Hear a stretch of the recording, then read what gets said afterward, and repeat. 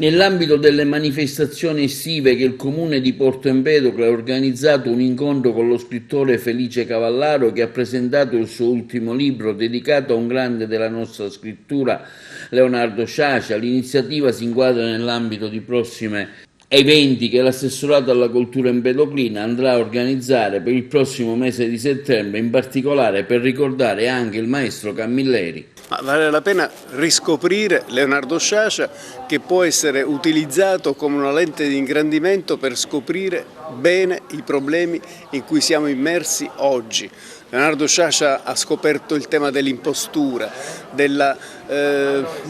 di Tangentopoli, dei conflitti fra poteri, ha esaltato, è diventata per lui un'ossessione, il tema della giustizia. Ecco, tutti questi temi, visti con gli occhi di Leonardo Sciascia, possono diventare un'occasione per riflettere davvero sul mondo in cui siamo immersi oggi. Quindi non si tratta soltanto di rispolverare un vecchio scrittore, magari un po' con i libri impolverati in libreria, no, si tratta di riscoprire i problemi di oggi attraverso gli occhi di un profeta eretico che ci ha aiutato a capire in anticipo cosa sarebbe accaduto.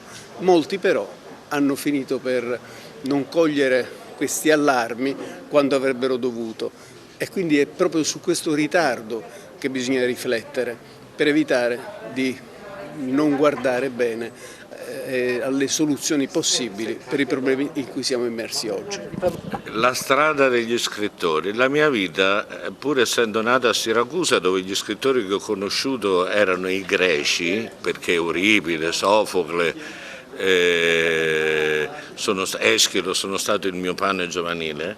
La strada degli scrittori, creata da Felice Cavallaro, dall'associazione che lui ha creato, in qualche modo mi ha portato a frequentare scrittori che avevo, come dire, non sottovalutato, ma che avevo incontrato meno, per esempio Sciascia, oppure Rosso di San Secondo, Russello. Ovviamente io sono nato a Floridia in provincia di Siracusa e nonostante non sia agrigentino sono stato adottato da Agrigento da quando nel 92 davanti alla casa di Pirandello cominciai a interpretare il berretto assonante di Pirandello e la mia vita è una vita, diciamo, segnata da Pirandello. Camilleri è stato il mio insegnante all'Accademia d'Arte Drammatica cominciando nel 1977 ed è rimasta una frequentazione, un'amicizia fino all'ultimo giorno della sua vita.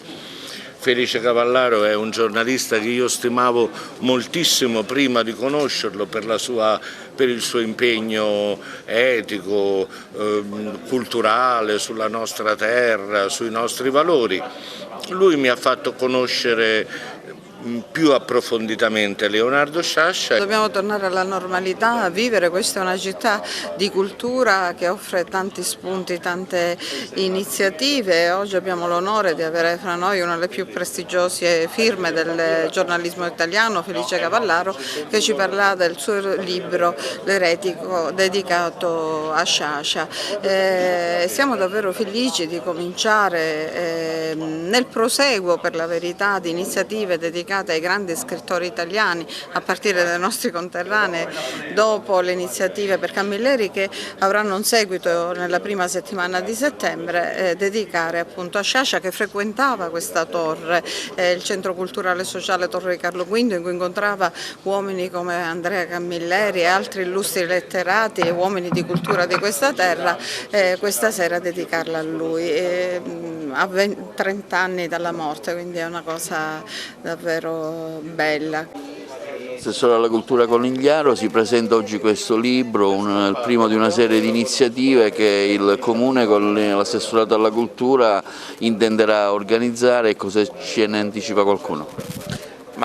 Diciamo che l'idea è quella di ripercorrere anche gli scrittori che fanno parte del circuito della strada degli scrittori, e quindi oggi ospitiamo il bellissimo libro di Felice Cavallaro su Leonardo Sciascia, un libro che ci ricorda un intellettuale che fu il primo a denunciare il sistema di potere e di criminalità negli anni 50, e poi arrivando fino all'89, anno della sua morte, dove ci fu tutta la polemica sui professionisti dell'antimafia, ma anche il caso Moro.